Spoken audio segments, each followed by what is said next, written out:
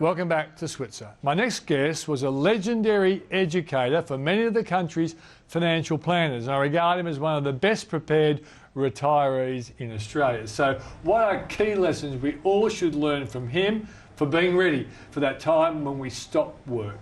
Peter Thornhill joins me in the studio. Peter, nice to see you, mate. Thanks, Peter. Okay, Pete, we've talked before, and some people might have been lucky enough to see when we did talk.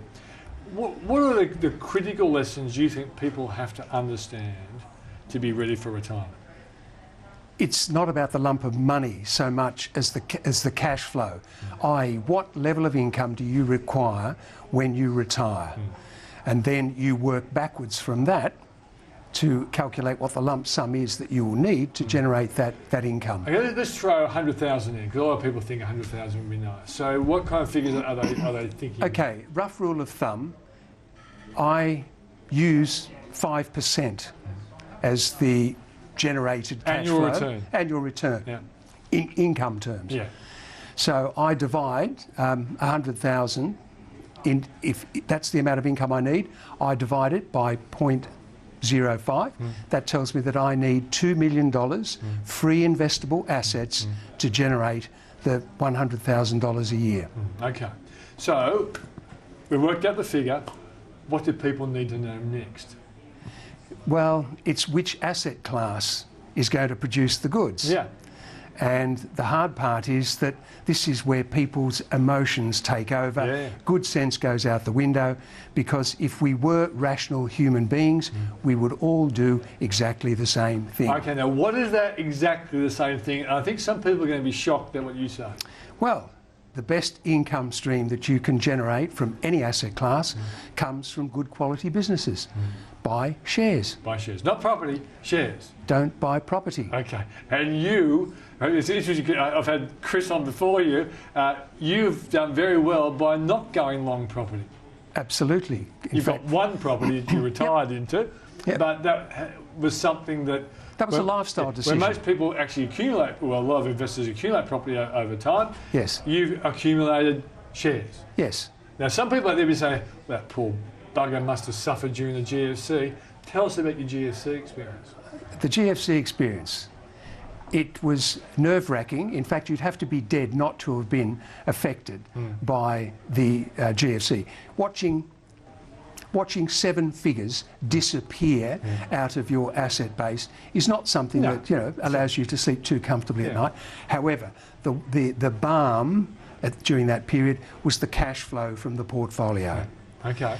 And to me, the joy of the GFC, this is going to sound really crazy, but I actually look forward to a GFC. So you don't fear crashes, you look forward to crashes. I love them. Okay. I love them. So at the moment, my viewers are saying, is this guy certifiable?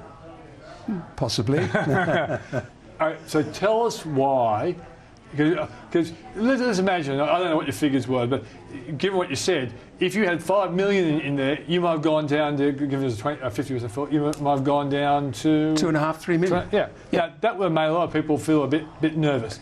If that was your situation, why wouldn't you have been nervous? Because watching the share prices drop is a totally different thing to the cash flow that's coming out of the portfolio. Right. That is what we're living on. Yeah. We're not living using the capital as a source of income. It's generating the income for us. And if we go to the first slide, CBA during the GFC went from around $64 down to 26. Yeah. Now, before I go any further, I've got to ask the question. Does anybody believe that in the GFC, CBA lost more than half its business? No. No. No. Okay. It was one of the reasons why I was saying, well, I was a bit positive like you were, and people said, well, what would you buy? I said, well, maybe the 4 banks. That's about it. That was as confident I was going to be then, but if I was talking to you now, I might be more confident. But yeah, well, they fell to 26. Because credit markets had locked up, companies were finding it difficult to raise capital. Yeah.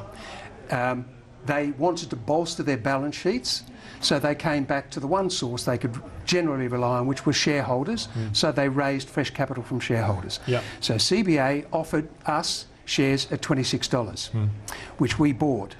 Now, put that parcel to one side and let's follow its fortunes.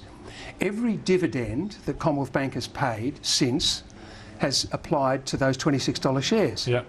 If you total up the dividends that CBA pardon me, has Since paid, then, CBA's dividends have paid us back more than half what we paid for the shares. $14.23. Yeah. Yeah, okay. On a $26 share. Yeah.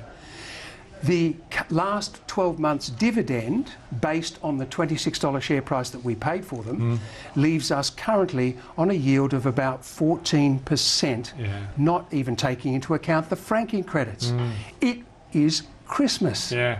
I've got to say, my argument was on a dollar cost average basis, if you happen to buy at 64 and you can buy at 26, you're pushing your share price down to $30 or something. But I forgot about that dividend yield on that low price. It is absolutely outstanding. Yeah. So the cash flow from CBA subsequently has helped boost. Dividends were not cut anywhere near No, they weren't. as badly as share prices fell. In fact, I think in CBA's case, they're only down for 1 year, weren't they? 1 year, And next correct. year they actually went past. That's right, Yeah. and they have continued growing subsequently. Yeah. The second one, Yeah.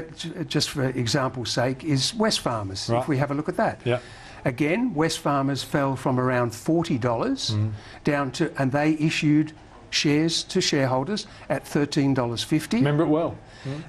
The dividends have paid us back half what we paid for the shares, and we're currently sitting on a yield of around 14% again. So, All right, so the lesson is becoming clear. We're talking about companies, quality companies, yeah, that pay pretty good dividends. yes, But you're saying when you buy them during scary times, the yield you pick up is fantastic on good quality on companies. good quality companies. Yeah. And you add the cream on top, which is that those $26 shares are now fetching $73. Yeah. The $13.50 Wesfarmers shares are now fetching over $40.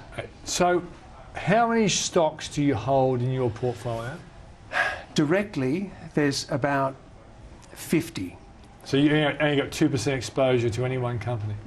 Basically, in fact, it's less than that because I use listed investment companies as a core, and they hold upwards of 100 stocks Yeah. in their portfolios. Right. So I'm diversified right across. I favour industrials, not resources, because resource companies are poor Don't pay as big dividend dividends. payers. Yeah. Yeah. And They must have been tempted when BHP got down to 30 and the yield was about 4%, grossed up to nearly 7.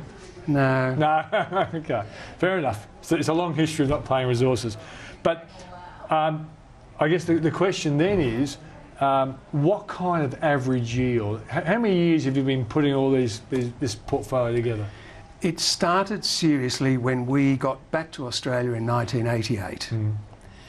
And I have got the entire records from 1988 You in would. Microsoft Money. It's Okay. become an amazing library, if you like, or history. Okay. And there wasn't a hell of a lot there. I think our dividends back in 1988 were about $700 Yeah. that year. Yeah. Now we're talking about the mid six figures Yeah. in terms of income. Yeah. And that was done through simply investing while I was working. Yeah.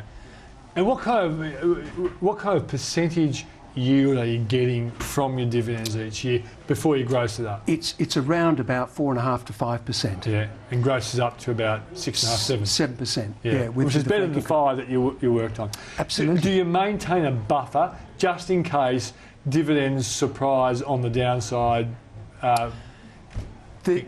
Well, I guess the answer is yes. The buffer has been there throughout our lives. Yeah. How big is it? It is about 2 years' income. It's about 200 grand if you're on 100,000. If you're on 100,000, so there's 200,000 2 years worth of income. Yeah. worth of income sitting there. Have you had to cut into it very, very many times? No, because the emotional buffer is that my wife and I, when we got married, Yeah. we could never bring ourselves to spend all we earned. Yeah. So we've always lived within our means, and that remains the case today. Where did you learn this lesson? What was this epiphany moment in your life? I honestly, well, I guess there was one major epiphany, but I'm not sure whether it's nature or nurture.